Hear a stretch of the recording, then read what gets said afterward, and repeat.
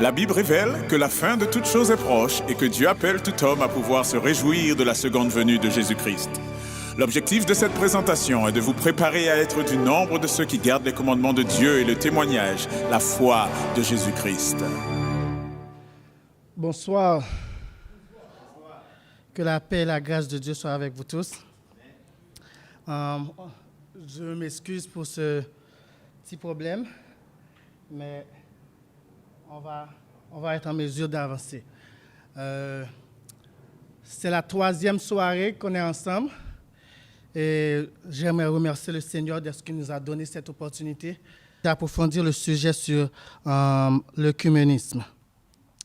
Avec Pasteur Stop, nous avons eu une introduction à l'œcuménisme et nous avons vu que cette unité qu'il recherche se base seulement sur une doctrine, c'est sur la doctrine de la Trinité. Pendant ce temps, Dieu veut que nous ayons la pure foi qui a été donnée une fois pour toutes aux saints. Et hier, nous avons vu avec Pasteur Bolot la définition du mot œcuménique venant de la Bible, du grec, et nous avons vu la seule relation qu'il devrait y avoir, l'Église devrait y avoir avec l'œcuménique, c'est le mot œcuméné, c'est l'évangélisation. Et nous avons aussi vu dans la deuxième partie l'adventisme moderne et l'œcuménique, et comment les piliers de notre foi ont été abandonnés officiellement en 1980. Ce soir, nous allons parler un petit peu d'Israël et de l'œcuménisme. Juste avant de commencer, nous allons prier, chers amis, une nouvelle fois pour demander à notre Seigneur son esprit. Notre Père qui est aux cieux, nous te remercions de ce que tous les appareils technologiques sont en train de fonctionner comme ça se doit. Maintenant que ton peuple qui est présent physiquement et ceux qui sont sur la ligne, le Grand Cri, ceux qui sont sur YouTube, ceux qui sont sur Facebook, que tu puisses préparer leur oreille à entendre ta parole, que tu m'effaces et que ta parole soit exaltée, que ta gloire soit manifestée. Sois avec nous, sois avec moi en particulièrement qui est ton messager. Nous t'en prions ainsi, au nom de Jésus, qui vit, qui est au siècle des siècles. Amen. Amen.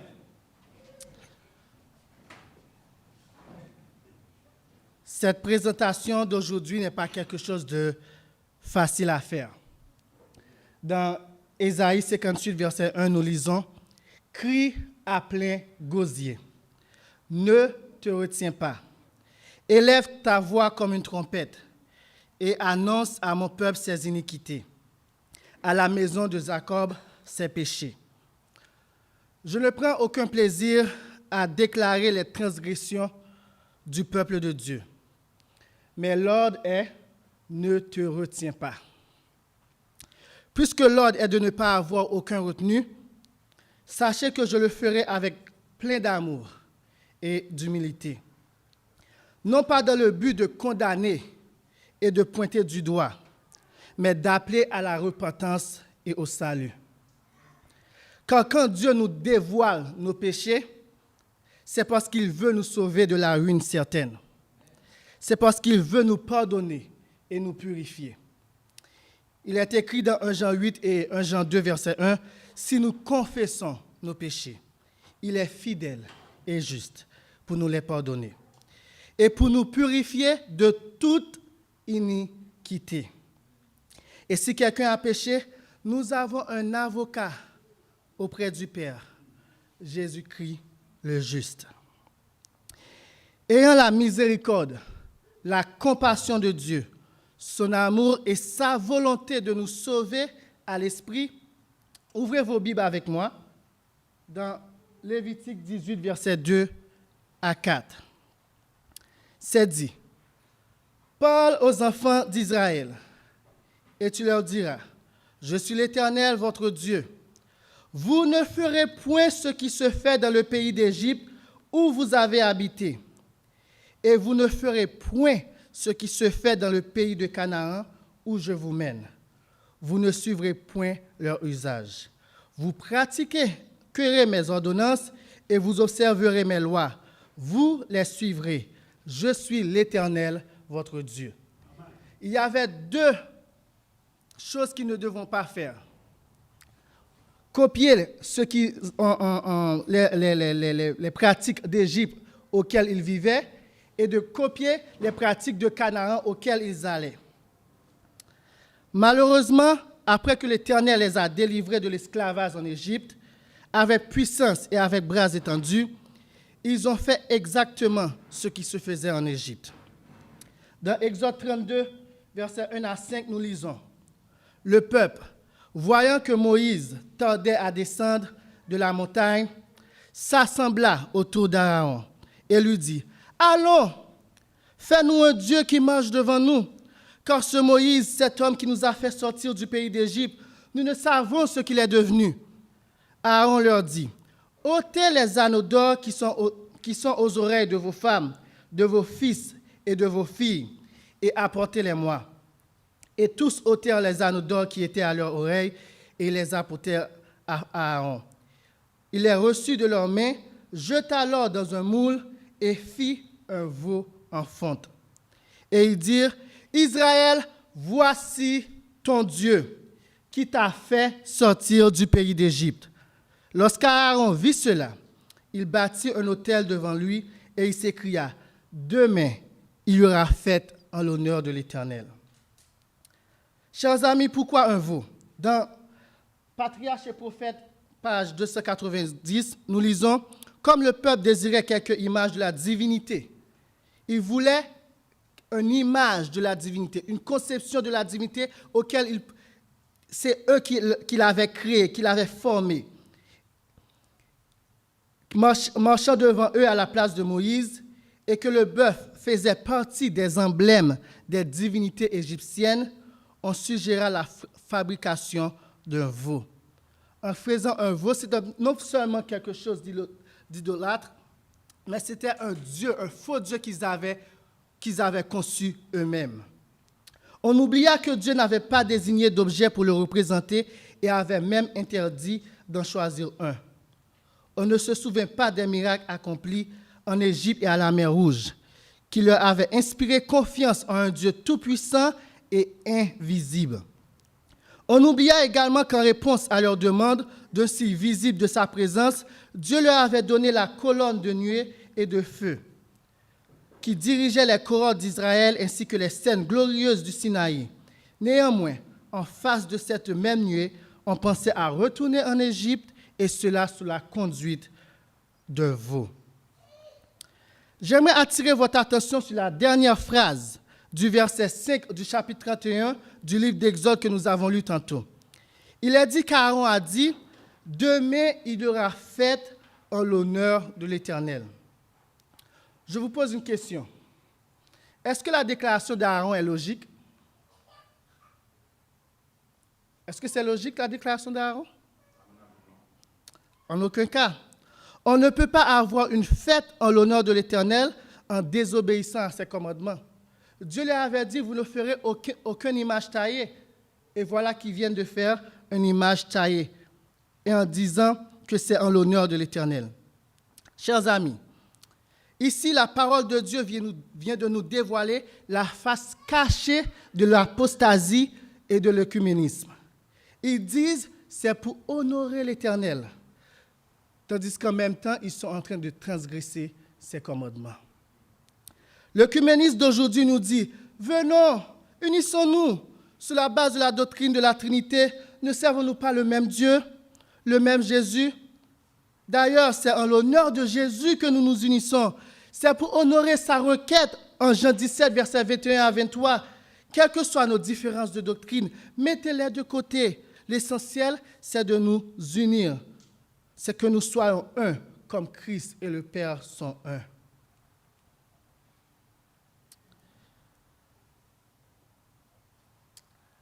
Je ne sais pas combien d'entre vous connaissent Rick Warren. Il est un éminent prédicateur évangélique.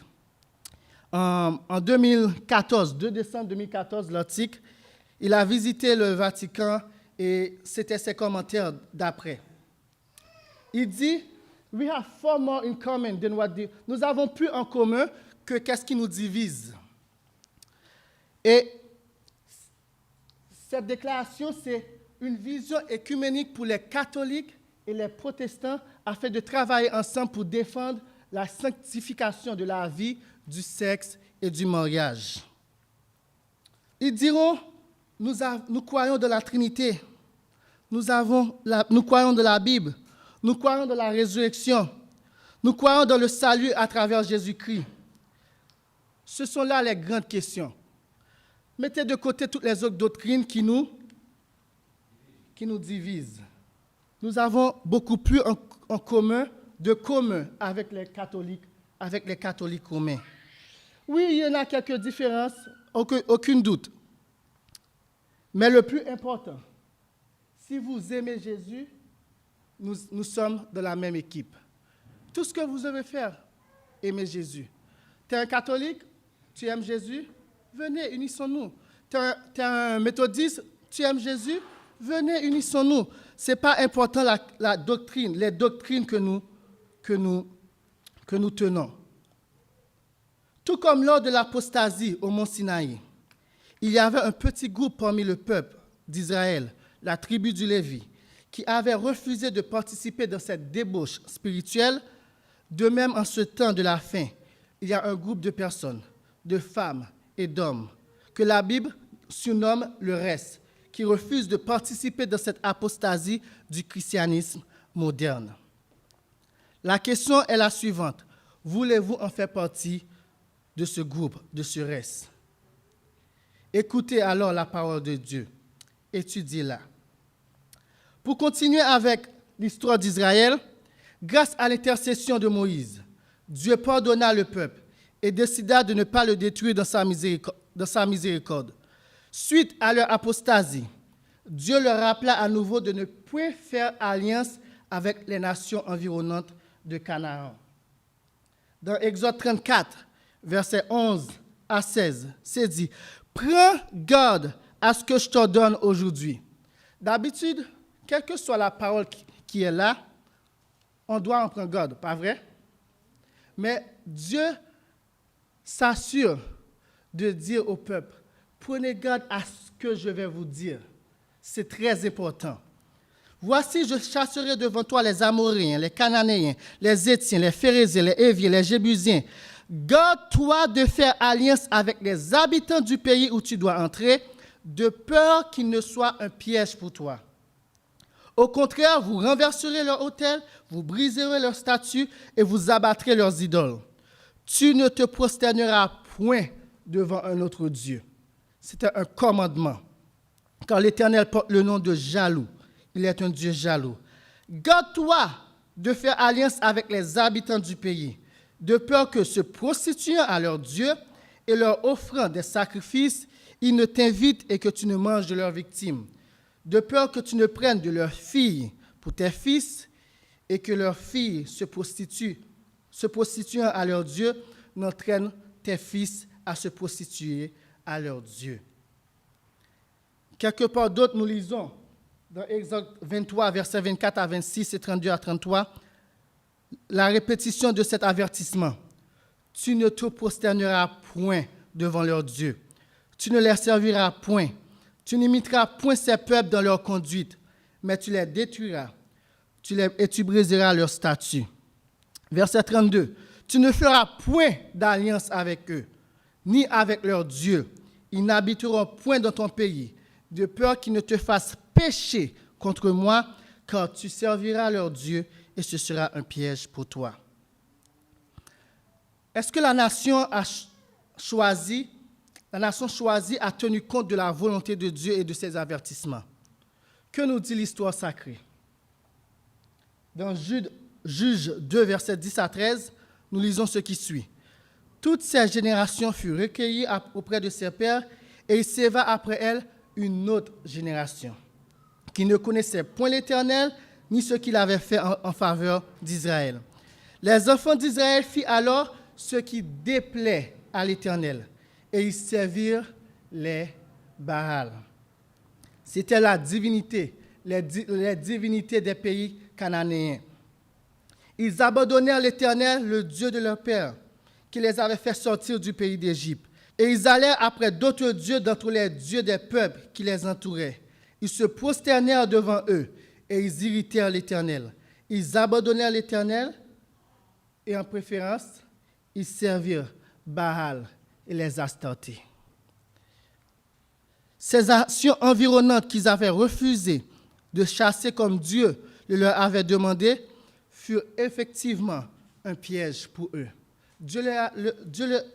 Le Dieu du ciel les avait avertis de ce piège, mais ils ont préféré ne pas écouter. Ce refus d'obéir au commandement de Dieu résulta en leur déportation. En 2 Chroniques 36, versets 14 à 17, tous les chefs des sacrificateurs et le peuple multiplièrent aussi les transgressions, selon toutes les abominations des nations. Et ils profanèrent la maison de l'Éternel qu'il avait sanctifiée à Jérusalem. L'Éternel, le Dieu de leur père, donna de bonne heure à ses envoyés la mission de les avertir, car il voulait épargner son peuple et sa propre demeure. Aujourd'hui, Dieu envoie de bonne heure plusieurs de ses serviteurs avertir l'Israël spirituel, parce qu'il veut épargner son peuple de cette destruction, de cette tentation qui s'en vient bientôt. Mais qu'est-ce qu'ils ont fait? Verset 16. Mais ils se moquèrent des envoyés de Dieu. Ils méprisèrent ses paroles. Ils se raillèrent de ses prophètes, jusqu'à ce que la colère de l'Éternel contre son peuple devint sans remède. Alors l'Éternel fit montrer contre eux le roi des Chaldéens et tua par l'épée leurs jeunes gens dans la maison de leur sanctuaire. Il n'épargna ni le jeune homme, ni la jeune fille, ni le vieillard, ni l'homme aux cheveux blancs. Il livra tout entre ses mains. Pourquoi repasser cette histoire du peuple Israël? Quelles leçons pouvons-nous apprendre afin de ne pas commettre la même erreur qu'eux ont commis à cause de leur incrédulité? Dans 1 Corinthiens 10, verset 11, nous lisons ce qui suit.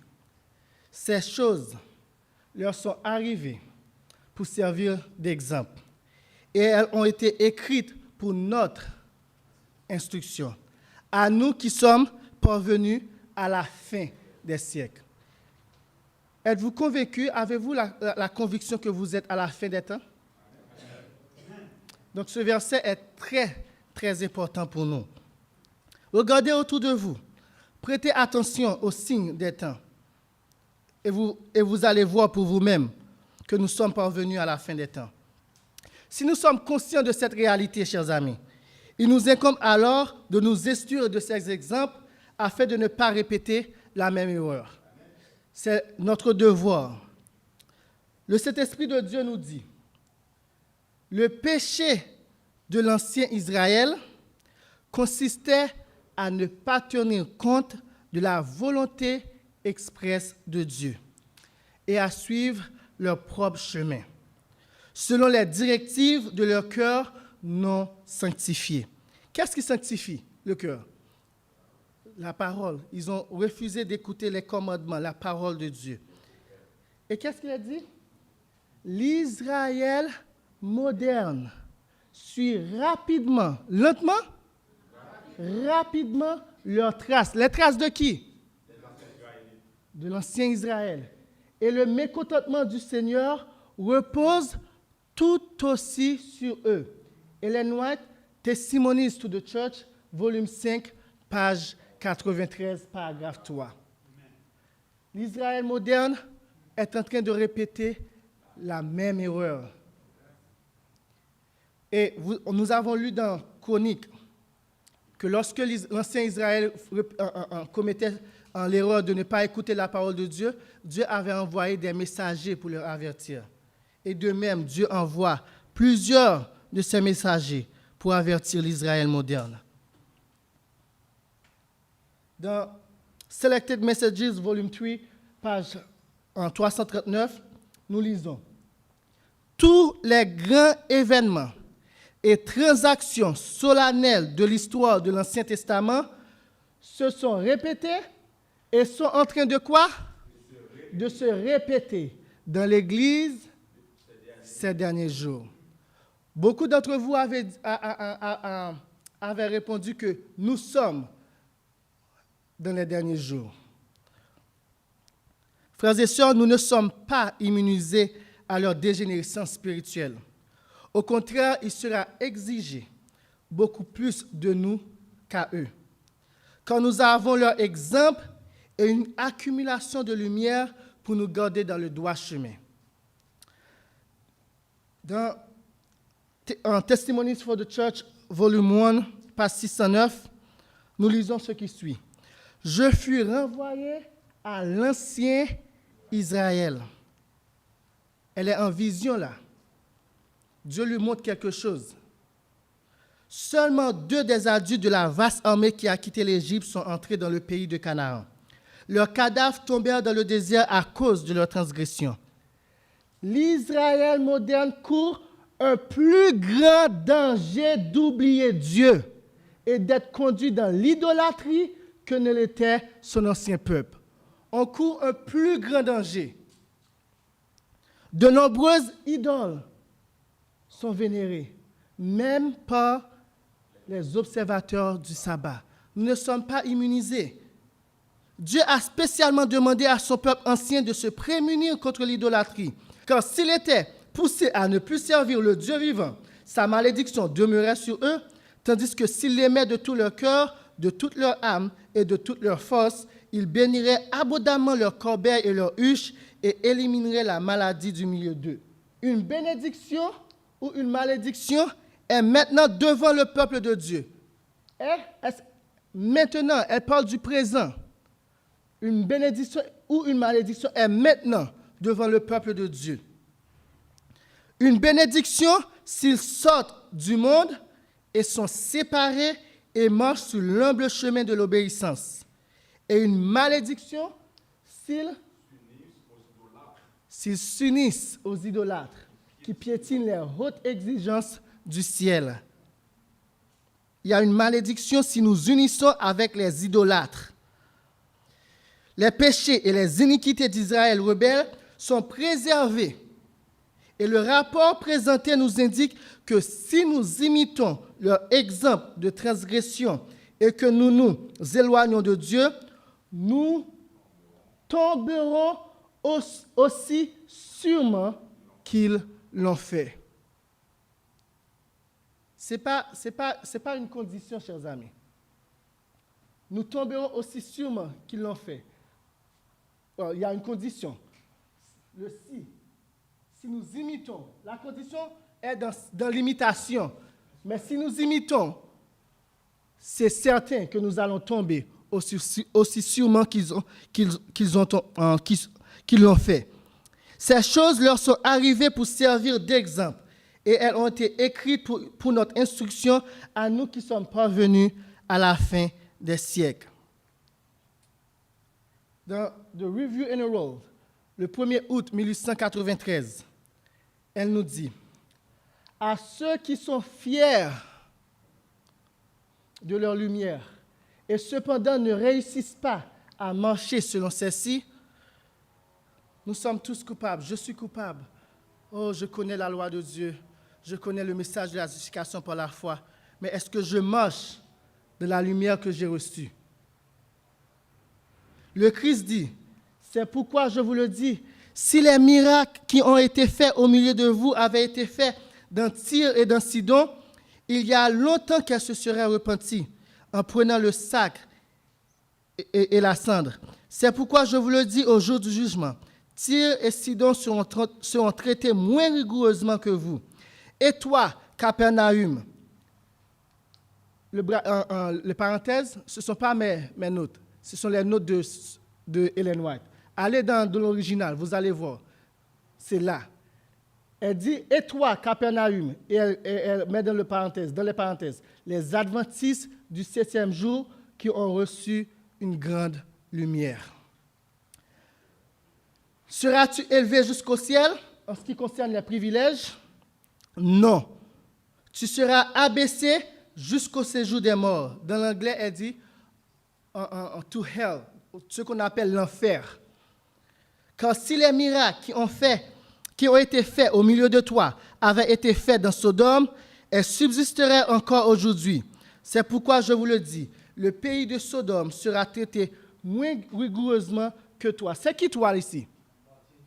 Toi, Capernaum, les adventistes du 7e jour qui ont reçu une grande lumière. Dans Testimonies for the Church, volume 8, page 67, paragraphe 2, elle dit « Jérusalem est une représentation de ce que sera l'Église si quoi? Si elle refuse de marcher de la lumière que Dieu a donnée. » Chers amis, la désobéissance a des conséquences. On ne peut pas juste dire « Oh, on est le peuple de Dieu. Quel que soit ce que l'on fait, on va être sauvé. » J'appelle ceci le syndrome du temple. Vous vous rappelez du temps de Jérémie, lorsque Jérémie annonçait la destruction de Jérusalem? Qu'est-ce qu'il disait? C'est ici le temple de l'Éternel, le temple de l'Éternel. Le temple de l'Éternel est ici, on ne peut pas être détruit. Le peuple de Dieu ne peut pas être détruit. Mais si vous désobéissez, c'est ce que l'Esprit de Dieu est en train de nous dire. Si nous ne marchons pas de la lumière que nous avons reçue, que Dieu nous a donnée, nous serons comme Jérusalem. Jérusalem a été favorisée par Dieu en tant que dépositaire des oracles sacrés. C'est maintenant que ça me monte à l'esprit, mais je n'ai pas la citation. Mais peut-être certains d'entre vous connaissent cette citation que l'Église adventiste du 7e jour a reçu des lumières spéciales pour pouvoir annoncer au monde le message des 3 anges. Nous avons été les dépositaires des oracles sacrés de Dieu pour les temps de la fin. Mais son peuple a perverti la vérité. Nous avons vu ça hier, chers amis, avec Pasteur Bolot, et méprisé toutes les supplications et tous les avertissements. Ils n'ont pas voulu respecter ses conseils. Comment la nation juive est-elle tombée? On a juste vu qu'elle est tombée, mais comment elle est tombée dans l'idolâtrie et l'apostasie? Cette question devient alors vitale si on ne veut pas répéter la même histoire qu'eux, ou si malgré que l'Église d'aujourd'hui répète la même histoire que le peuple d'Israël ancien, nous puissions faire partie de ceux qui refusent de s'agenouiller devant Baal et ses faux prophètes. Dans 1 Roi 3, verset 1er, nous lisons « Salomon s'allia par mariage avec Pharaon, roi d'Égypte. Il prit pour femme la fille de Pharaon, et il l'amena dans la ville de David jusqu'à ce qu'il eût achevé de bâtir sa maison, la maison de l'Éternel et le mur d'enceinte de Jérusalem. » Dans 1 Roi 11, verset 1er et 2, nous lisons « Le roi Salomon aima beaucoup de femmes étrangères. » Et prophétiquement parlant, lorsque nous parlons de femmes, nous parlons d'églises. Et femmes étrangères, c'est les églises apostates. Voilà l'Israël. Le représentant d'Israël, de l'ancien Israël, s'associer, s'allia par mariage, faire alliance, ce que Dieu avait interdit, s'allia par mariage avec des femmes étrangères. Ce n'était pas seulement la fille de Pharaon.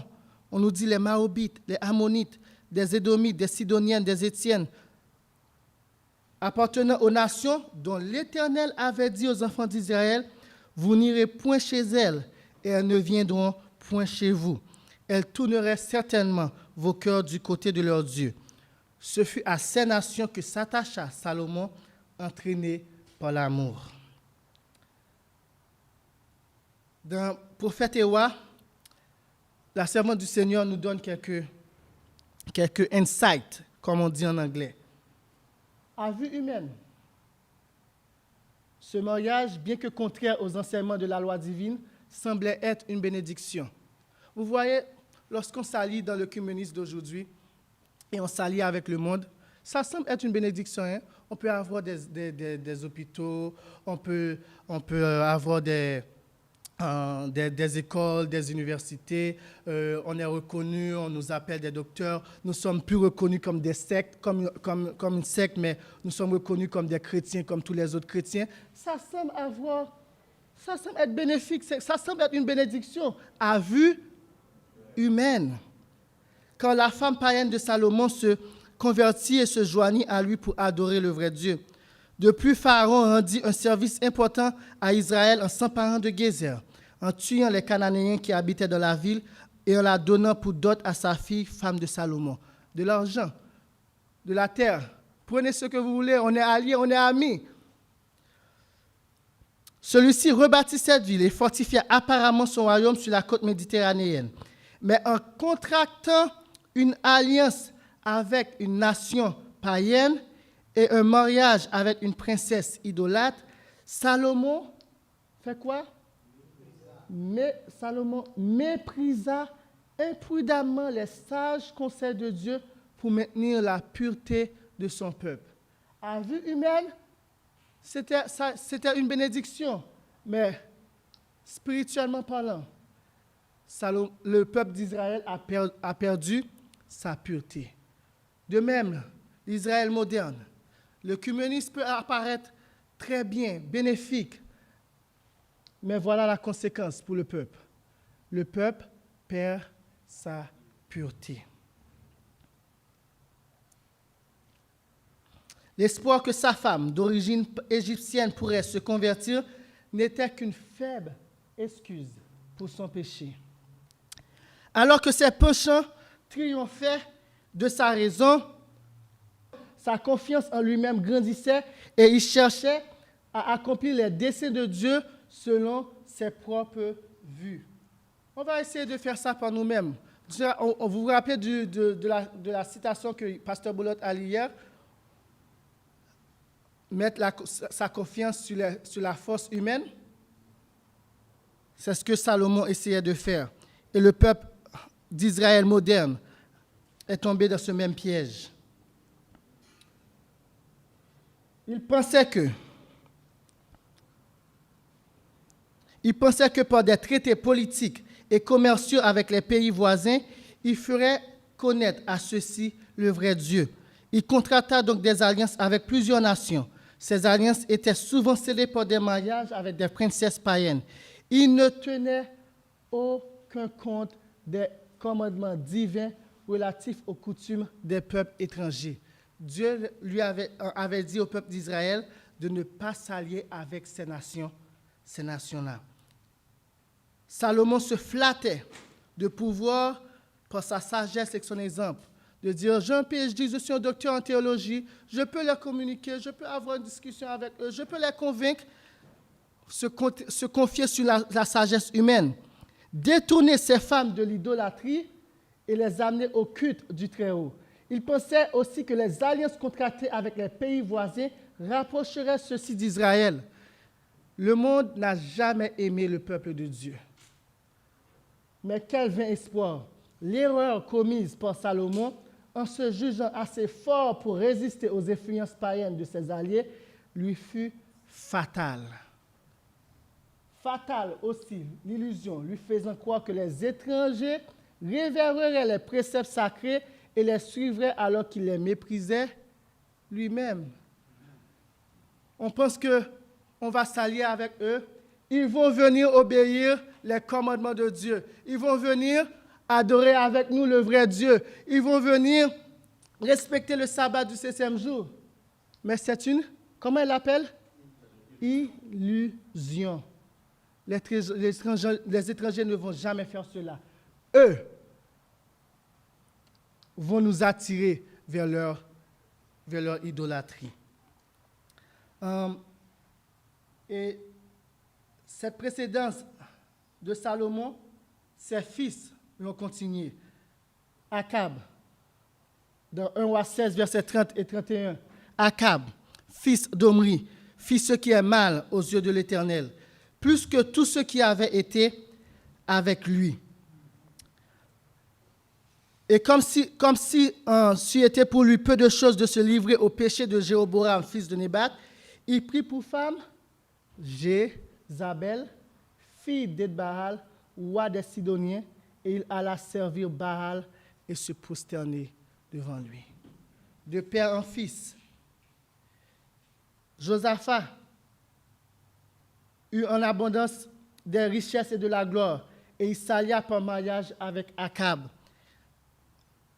Il s'allia par mariage avec Akab en prenant la fille d'Akab, fille de Jézabel. Athalie avec son fils Joram. Dieu l'avait même réprimandé par le prophète Jéhu. Vous pouvez lire ça dans 2 Chroniques 19, verset 1 à 3. On ne va pas le lire ce soir. Mais il nous a dit, 2 Rois 8, verset 16 à 18 et 24 à 27, la 5e année de Joram, fils d'Akab, roi d'Israël, Joram, fils de Josaphat, roi de Juda, en verset 18, il marcha de la voie des rois d'Israël comme avait fait la maison d'Akab, quand il avait pour femme une fille d'Akab. Et il fit ce qui est mal aux yeux de l'Éternel. Vous connaissez les histoires de Jézabel et d'Akab. Je ne vais pas prendre le temps de répéter ces histoires-là, mais vous connaissez ce que le peuple de Dieu a souffert à cause de cette alliance avec les femmes étrangères. Quel était l'ordre de Dieu? Vous vous rappelez, Exode 34, verset 15 à 16, « Garde-toi de faire alliance avec les habitants du pays que vous allez y entrer, de peur que se prostituant à leurs dieux et leur offrant des sacrifices, ils ne t'évitent et que tu ne manges de leurs victimes, de peur que tu ne prennes de leurs filles pour tes fils. » Jézabel a pris, Akab a pris Jézabel, ils ont pris Athalie, la fille de Jézabel, pour un roi israélite, et que leurs filles se prostituant à leurs dieux n'entraînent tes fils à se prostituer à leurs dieux. C'est exactement ce que Dieu ne voulait pas qui est arrivé. Le péché du roi sage Salomon a continué de fils en fils, qui eux n'ont pas cessé d'ajouter d'iniquité sur iniquité, jusqu'au jour où Dieu a dû dire « c'est assez ». Et il fut détruit et amené en captivité. Salomon, de sa vieillesse, ses femmes inclinèrent son cœur vers d'autres dieux. J'insiste sur d'autres dieux parce que nous allons voir pourquoi plus tard. Et son cœur ne fut point tout entier à l'Éternel son Dieu, comme l'avait été le cœur de David son père. Salomon alla après Astarté, divinité des Sidoniens, et après Milcom, l'abomination des Ammonites. Et Salomon fait ce qui est mal aux yeux de l'Éternel, et il ne suivit point pleinement l'Éternel comme David son père. Alors Salomon bâtit sur la montagne qui est en face de Jérusalem un haut lieu pour Kémosh, l'abomination de Moab, et pour Moloch, l'abomination des fils d'Ammon. Pourquoi l'abomination? Ils passaient leurs fils et leurs filles au feu, ce que Dieu n'avait jamais demandé. En faisant alliance avec les nations d'alentour, l'Israël ancien a tombé dans l'idolâtrie, a adoré des faux dieux. Ceci a eu comme conséquence la transgression de la loi de Dieu par le peuple d'Israël, incluant le sabbat. Parce que des fois, vous voyez, lorsqu'on présente cette apostasie, cette unification du peuple d'Israël avec les nations d'alentour, les gens nous disent, mais ils n'ont jamais violé le sabbat. Ils nous disent, il n'y a aucun danger à ce que nous soyons dans l'œcuménisme. Nous gardons notre sabbat. Chaque sabbat, nous allons dans notre propre église, nous adorons. Eux, ils vont leur dimanche, ils adorent, ils font ce qu'ils veulent, mais sur les points communs, nous unissons. Mais remarquez Ézéchiel 20, verset 16. Qu'est-ce que c'est dit? Et cela, parce qu'ils rejetèrent mes ordonnances et ne suivirent point mes lois, et parce qu'ils profanèrent mes sabbats. Pourquoi ils ont profané les sabbats de l'Éternel? Car leur cœur ne s'éloigna pas de leurs idoles. En allant vers les idoles des nations, vers les faux dieux, les divinités les Astartés, les Baal, les Moloch, à cause de cela, ils ont profané les sabbats de l'Éternel. Chers amis, c'est de même la base de l'œcuménisme d'aujourd'hui. Le point commun que chaque dénomination doit avoir simplement pour faire partie du conseil œcuménique des églises, c'est d'avoir le Dieu de la Trinité. Nous avons vu ça avec Pasteur Stomp et Pasteur Bolot. Pasteur Bolot avait lu cette citation hier. Mais j'aimerais la lire parce qu'il y a un point par rapport au sabbat et au faux Dieu que nous avons établi à travers les différents versets que nous avons lus aujourd'hui. L'ennemi des âmes a cherché à introduire la supposition selon laquelle une grande réforme doit avoir lieu parmi les adventistes du 7e jour. Cette réforme devrait consister à renoncer aux doctrines qui constituent les piliers de notre foi et entreprendre un travail de réorganisation. Si une telle réforme avait lieu, qu'est-ce qui s'en suivrait? Les principes de vérité que Dieu, de sa sagesse, a donnés à l'Église du reste seraient rejetés. Nous avons vu les principes de vérité hier, les piliers de notre foi, les principes fondamentaux de 1872 et 1889. Et nous avons vu que c'était contraire et différent, opposé avec ceux qui ont été votés officiellement en 1980. Les principes de vérité que Dieu, de sa sagesse, a donnés à l'Église du reste seraient rejetés. Notre religion subirait un changement. Nous avons vu tout ça avec Pasteur Bolot hier. Les principes fondamentaux qui ont soutenu l'œuvre pendant les 50 dernières années seraient tenus pour autant d'erreurs. Une nouvelle organisation serait établie. Des livres de notes différents seraient écrits, comme Question on Doctrine. On introduirait un système de philosophie intellectuelle. C'est là la sagesse humaine qui compte, pas la parole de Dieu. Il y a un groupe d'hommes appelés docteurs en divinité. C'est eux qui décident. C'est eux qui peuvent expliquer la parole de Dieu. Les fondateurs de ce système se rendraient dans les villes pour y accomplir une œuvre magnifique. Ils apparaissent avoir du zèle pour l'Évangile. Ils vont de ville en ville. Mais il va sans dire que le sabbat serait peu respecté, tout comme le Dieu qui l'a établi. Voilà la conséquence de abandonner nos piliers de notre foi pour pouvoir avoir cette unité, cette base commune avec le communisme. Ce nouveau mouvement ne tolérerait aucune opposition. Ses chefs enseigneraient que la vertu est préférable au vice.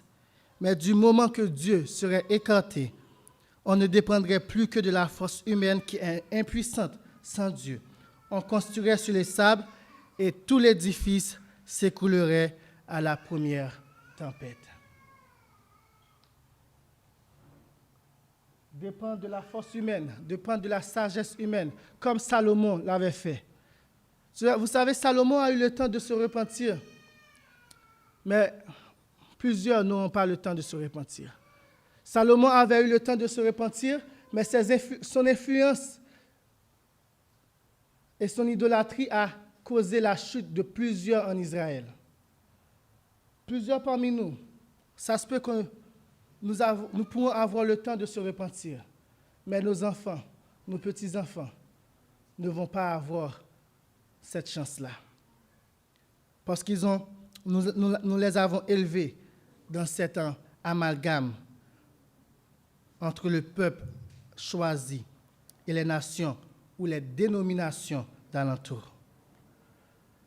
C'est notre devoir d'étudier les exemples du peuple Israël, de voir comment ils sont allés après les faux dieux des nations environnantes et à cause de cela, comment ils ont abandonné le sabbat de l'Éternel. On va prêcher sur le message du deuxième ange et nous allons voir quelle serait la conséquence de cet œcuménisme. Qu'est-ce que les dirigeants vont demander au peuple adventiste de faire au temps de la loi du dimanche. Nous allons voir ça. Mais aujourd'hui, l'exhortation est de ne pas faire comme le peuple Israël. Prions, chers amis. Notre Père qui est aux cieux, nous te disons merci de ce que tu nous as conservé l'histoire du peuple ancien Israël. Merci de ce que tu nous as avertis par les témoignages de Jésus que nous sommes en train de suivre leurs traces et que nous courons un plus grand danger qu'eux à cause que nous avons reçu une plus grande lumière, une plus grande accumulation de vérité et de lumière, bon papa. Mais nous voyons ta miséricorde aujourd'hui, ce soir même, à cet instant, en nous envoyant ce message de détournez-vous de la désobéissance, enquérez-vous des anciens sentiers et marchez-y. Père, donne-nous la force de choisir, de te suivre partout où l'agneau ira.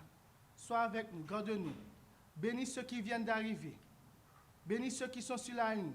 Ouvre leurs yeux, permets qu'ils puissent comprendre, bon papa, quel est le danger que nous encourons pour nos âmes.